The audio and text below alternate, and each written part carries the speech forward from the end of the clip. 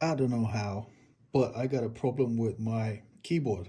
It does work, but it only lights up partially. Let me show you.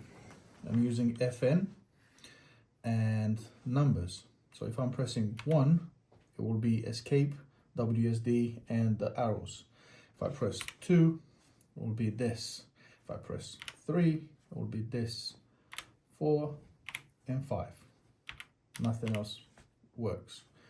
So I looked on the internet, how should I manage this? Because the actual keyboard works. The keys are working, but only problem with the LEDs. And my keyboard is this. How did I fix it? Well, if you have this key right here, yeah, you just press FN and then that key. You press that key until you find what you like. That's it.